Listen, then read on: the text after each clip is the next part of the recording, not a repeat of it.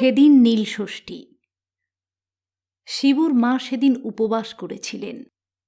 সন্তানদের কল্যাণে এই উপবাস তিনি বরাবর করে আসছেন, সেই প্রথম যৌবন থেকে। প্রতি বছরই তিনি শিব মন্দিরে গিয়ে মহাদেবের মাথায় দুধ ঢেলে ঢেলে আকুল প্রার্থনা জানিয়েছেন, বাবা, আমার ছেলে মেয়েকে বাঁচিয়ে রাখো। শিবুটা বড্ড রোগা, আশু বড্ড ডানপিটে, বিশুর প্রায়ই কেঁপে কেঁপে জ্বর আসে। ওদের ভালো করে দাও ঠাকুর। জয়ার ভালো বর জুটিয়ে দাও একটা। আমি গরিব, অর্থ সামর্থ্য নেই, কিন্তু তাই বলে যাত্রার হাতে তো মেয়েকে ধরে দিতে পারি না। হারু, কানু, যোগু এদের সকলের জন্যই মঙ্গল প্রার্থনা করেন তিনি। এরা তাঁর ভাইপো। তারপর পাড়াপড়শির ছেলে মেয়েদের জন্য করতেন। সকলের সব প্রার্থনা পূরণ করা শিবেরও অসাধ্য। শিবুর মায়ের সব প্রার্থনা তিনি পূরণ করতে পারেননি। শিবু, আশু, বিশু তিনটে ছেলেই মারা গিয়েছিল তাঁর। শিবনাথের যক্ষা হয়েছিল। আশুতোষ জলে ডুবে মারা যায়। আর বিশ্বেশ্বরের হয়েছিল জ্বর।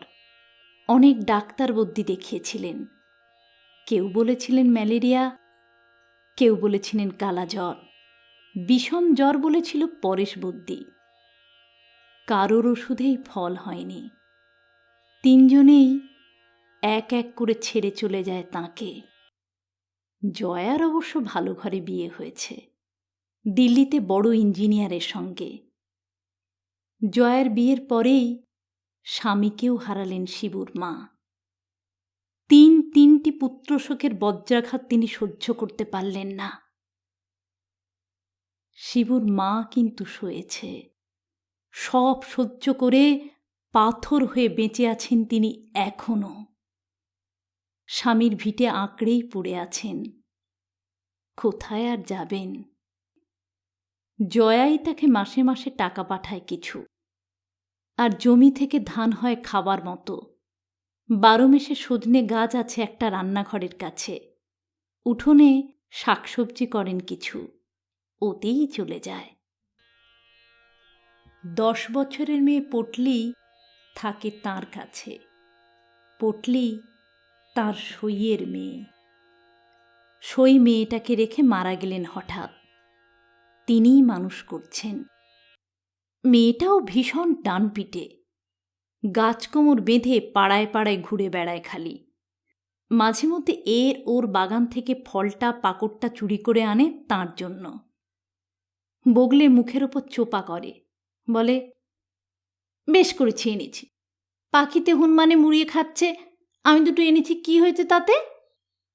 দস্যি মেয়ে। শিবু, বিশু, আশু তিনজনই তাঁর হাতের তৈরি নারকোল নাড়ু ভালোবাসত খুব। তাই প্রতি বছরই নীলষষ্ঠীর দিন নারকেল নাড়ু করেন তিনি। শিব মন্দিরে নিয়ে গিয়ে শিবকে ভোগ দেন, তারপর বিলিয়ে দেন সকলকে। সেদিনও নারকেল নাড়ু করছিলেন তিনি রান্নাঘরে বসে। পা টিপে টিপে পটলি এসে ঢুকল। চাপা গলায় বলল, মাসিমা, দেখবে এসো। সজনে গাছের যে ডালটা তোমার রান্নাঘরের জানলার দিকে ঝুঁকে আছে না, তার উপর তিনটে নীলকণ্ঠ পাখি বসেছে। কেমন পাশাপাশি বসে আছে, বেরিয়ে এসো না একটু। শিবুর মা বেরিয়ে গিয়ে দেখলেন, হ্যাঁ, সত্যিই তো 3টি নীলকণ্ঠ পাশাপাশি বসে আছে, যেন 3 ভাই।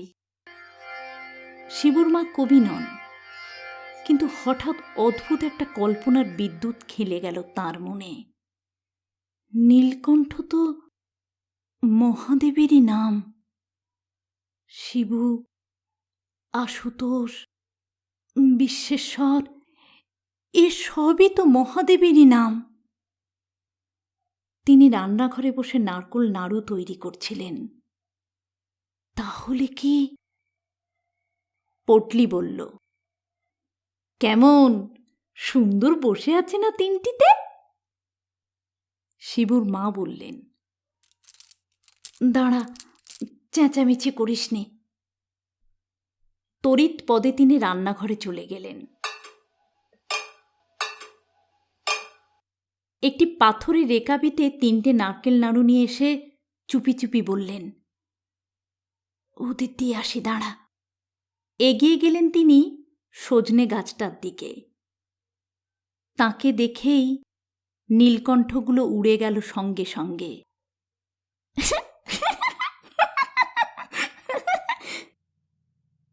কলকণ্ঠে হেসে উঠল পটলি।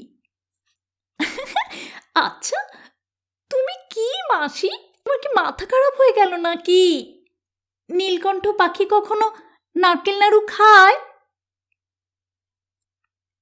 থমকে দাঁড়িয়ে পড়লেন শিবুর মা।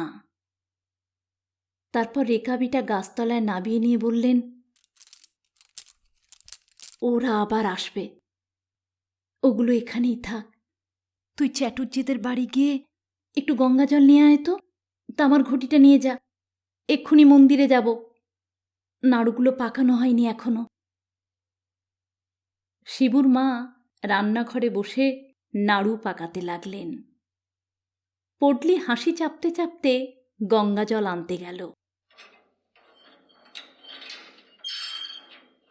একটু পরেই পটলি ফিরে এলো।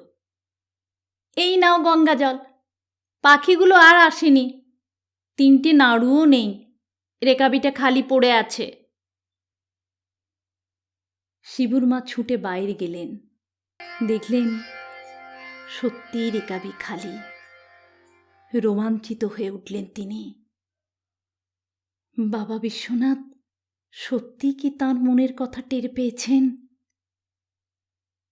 কল্পনা করতে লাগলেন। এরকম কল্পনা শেক্সপিয়ার, মিল্টন, রবীন্দ্রনাথ, কালিদাস কেউ করতে পারতেন না। তিনি যেন স্পষ্ট দেখতে পেলেন আকাশচুম্বী কৈলাস পর্বতে মহাদেবের কাছটিতে তাঁর শিবু, আশু আর বিশু বসে আছে, আর তার নাড়ুগুলো আকাশ বেয়ে তাদের দিকে উড়ে যাচ্ছে।